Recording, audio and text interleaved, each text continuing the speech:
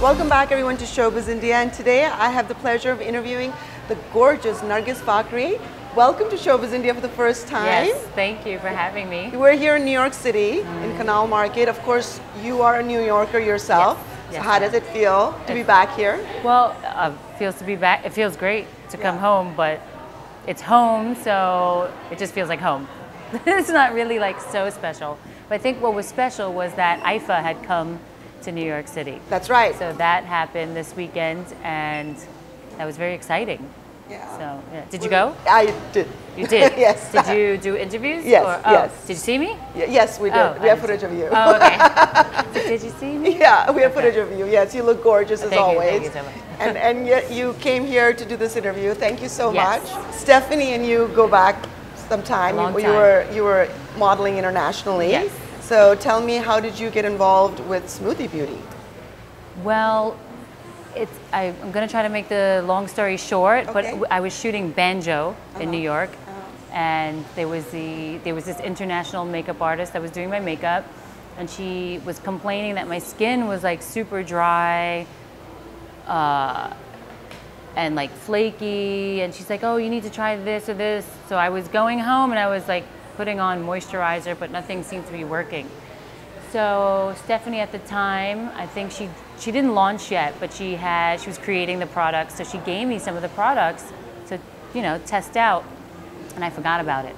I'd left it in the refrigerator of my hotel room, and I said, oh, let me try this mask. So I put on the jungle mask, which is my favorite, and it has avocado and other natural, beautiful ingredients. And I left it on a little longer than you're supposed to. But the next day when I went into work, the makeup artist was doing my makeup. She's like, wow, your skin is so much better. I'm so glad it's looking more hydrated. And I was thinking, well, what did I do? And then it was like, ding, oh my gosh, the mask. So I called her up right away. I'm like, oh my God. I'm like, I don't know what you're putting in this stuff, but it's working. So I just want to let you know I'm like super proud of you, and I really want to support you because it's something I truly believe in. And I actually have now, I got to try it, and I got a confirmation from someone who doesn't even know me and didn't know I used it. So that to me was like a big deal. So then from then on, I'm like, I'm just going to support you all the way. So you let me know what's up. As long as I get freebies. Everybody else has to pay, I'm going to get free ones. Sorry, but it's worth it. You're such a good friend. That's great. So let's talk about your journey into Bollywood.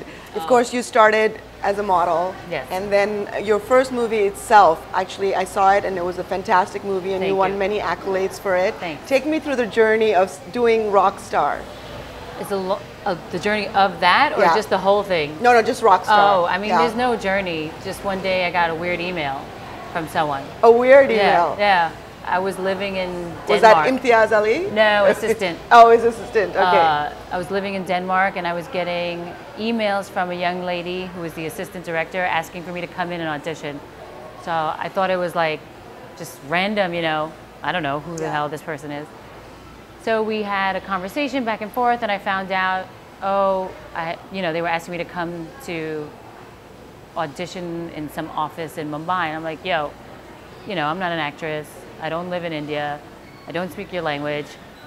And I don't know how you got my information. So she apologized. And then a couple of days later, she said, hey, well, you said you're living in Europe and the director's coming to Europe. He still would like to meet you. So then I met him because he was visiting my mom's country, which is Czech Republic. Right. And he was such an awesome person, told me the story, and he just said, would you like to try? So me, because I'm super crazy, and I'm like, okay, don't pass up adventurous opportunities, I said, oh, okay, sure. So I went to India, and I mean, it was really hard and not fun. Really? And I was stuck in an office for like 2 months for 10 hours a day trying to learn the sounds of the words. And then I had to audition for him, do like a monologue in Hindi. But of course, I don't know what I'm saying. I just had to memorize the lines, the sounds, and try to, put it all together. And he said, okay, you're hired. And then that's it. And then I did this movie. So you actually don't speak Hindi? Yeah, and I still don't really speak because it's really hard. Well, good for you. Then you really fooled a lot of people. That's a good actor. Yeah, it's been like 5 years now, so I can understand, thank God. So if I watch a film, I can understand the film. And when people talk to me, they can't say things behind my back because I'll understand. So that's good. Yeah. But I'll always respond in English because it's easier, and I think in English, and it's just faster. And your next film also I enjoyed, actually, Madras Cafe. Oh, yes. That was a really good movie. Good. Yeah. That was super good. So how was that journey different from Rockstar? Madras Cafe was amazing. I was so excited to be a part of that film because it was based on true events. So I really enjoyed doing the research on what happened because, of course, when all of that happened, I've never been to India, and I was in America. So you know how it is. The news here is not going to really talk about that unless you're following international news closely. So it was very interesting and upsetting. I used to watch the videos on YouTube and cry at night because it was so emotional, you know, to learn. It's a true story. So that stuff really affects me. But it was such a pleasure to work with the people that I worked with on this film and to learn all about that. Now you've also been on big Hollywood films like Spy. Yeah, one. Yeah. Well, that's a big star cast. Yeah, it was huge. That was huge. And actually, I was really surprised because I hadn't heard about, you know, usually the PR people go behind it and they're going to be in a Hollywood film, but there was not much noise. No. And then I'm like, wait, is that Nargis Fakhri?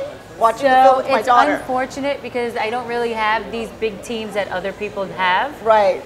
Because I'm like a regular girl that doesn't really know or care too much, but everyone else is so strategic.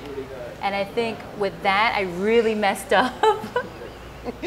But whatever, you know. You didn't mess up. You were great in the role, yeah, by the way. I was, but like you said, you didn't hear any PR about it. That's because that's my fault. Yeah. Because I'm just like, okay, whatever, I don't know. But I really enjoyed doing that film.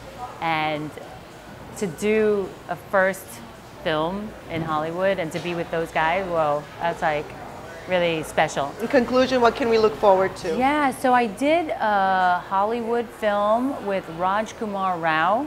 I'm sure you know who he is. We did a Hollywood film called 5 Weddings. Yes, yes. So they were just, I think they were done editing, so it's going to take a bit of time. Maybe at the end of this year, we will see me out there again.